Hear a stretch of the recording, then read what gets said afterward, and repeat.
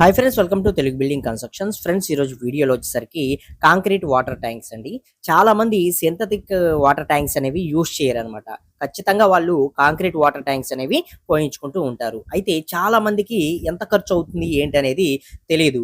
మెటీరియల్కి ఎంత ఖర్చు అవుతుంది, వర్క్ చేసిన వారు ఎంత కాస్ట్ అనేది తీసుకుంటారు, ఇలాంటివన్నీ తెలియక చాలా ఇబ్బంది పడుతూ ఉంటారు.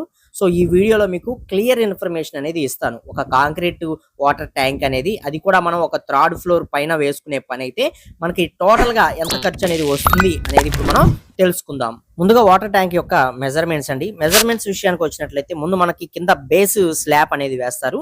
ఇది 6 ఇంచెస్ థిక్నెస్ తోటి వేయడం జరుగుతుందండి. అలాగే సైడ్ వేసే వాల్స్ 9 ఇంచెస్ థిక్నెస్ తోటి వేయడం జరుగుతుంది. ఇది కూడా కాంక్రీట్ వాల్సే అన్నమాట.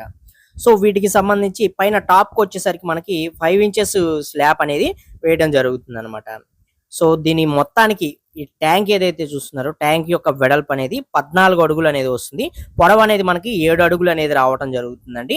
మనకి కింద నుంచి పైకి హైట్ ఉండే ట్యాంక్ యొక్క హైట్ అనేది మనకి 8 అడుగులు అనేది వస్తుంది. ఈ 8 అడుగుల్లో కూడా 3 అడుగులు అనేది మనకి కింద బేస్ వస్తుంది. పైన 5 అడుగులు మాత్రమే మనకి వాటర్ ట్యాంక్ అనేది రావడం జరుగుతుంది.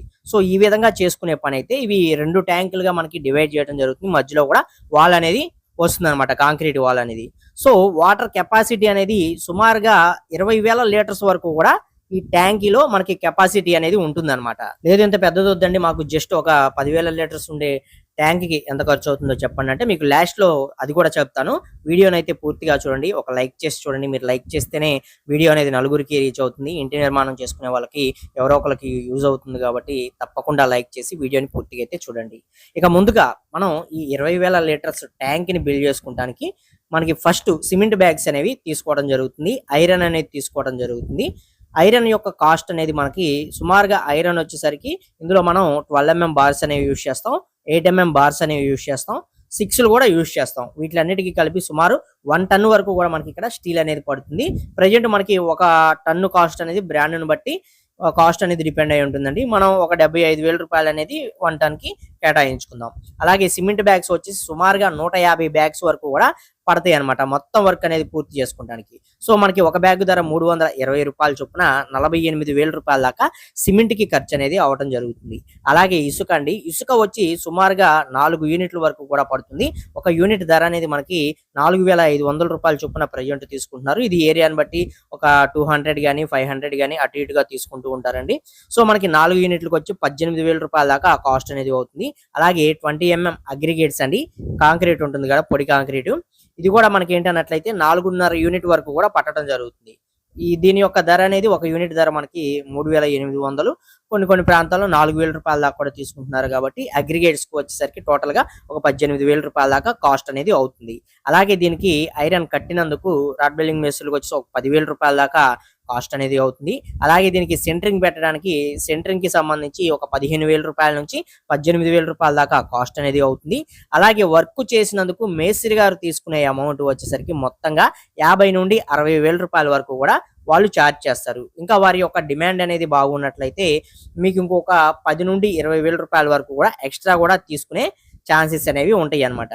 అలాగే వీటిలో వాటర్ ప్రూఫింగ్ లిక్విడ్ అని వాటికి సంబంధించి కొంచెం ఎక్స్ట్రా ఖర్చులు అనేవి వేసుకున్నా ఇంకొక 5,000 రూపాయలు అదనంగా ఖర్చు అవుతుంది. ఇప్పుడు మనకి ఒక 20,000 లీటర్ల ట్యాంక్ అనేది మనం థర్డ్ ఫ్లోర్ పైన వేసుకోవాలి అనుకున్నట్లయితే సుమారుగా మీకు ఇక్కడ 2,52,000 రూపాయల దాకా టోటల్ ఖర్చు అనేది అవడం జరుగుతుందండి. మీకు ఇప్పుడు క్లియర్ గా అర్థమైంది కదా. చాలా మంది తక్కువలోనే అయిపోతుందిలేమో అని చెప్పి దిగుతూ ఉంటారండి. కానీ ముందు మీరు ఎస్టిమేషన్ అనేది తెలుసుకోండి. ఖర్చు అనేది తక్కువ అవ్వదు. ఎందుకంటే మనకి థర్డ్ ఫ్లోర్ పైన అన్నట్లయితే మెటీరియల్ మొత్తం మనకి కింద నుంచి పైకి తీసుకురావాలి. వర్క్ మొత్తం కూడా పైన జరుగుతుంది. వర్క్ యొక్క ప్రాసెసింగ్ అనేది లేట్ అవుతుంది. సో దీనికి కొంచెం ఖర్చు మీకు ఎక్కువే అవుతుంది. తక్కువ అవుతుందని మాత్రం మీరు అస్సలు అనుకోవద్దు. ప్రజెంట్ మార్కెట్ లో రేట్లు అన్ని కూడా పెరుగున్నాయి అనమాట. మెటీరియల్ రేట్లు కావచ్చు, వర్క్ చేసే వారి యొక్క రేట్లు కావచ్చు.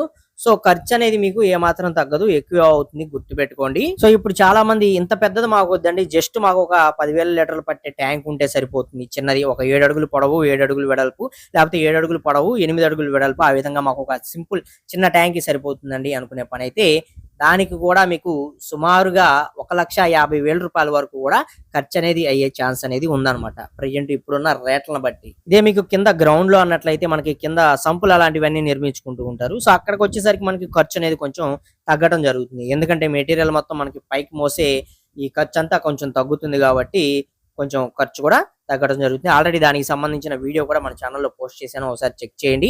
ఈ వీడియోలోని ఇన్ఫర్మేషన్ మీకు అయితే అర్థమైంది కదా.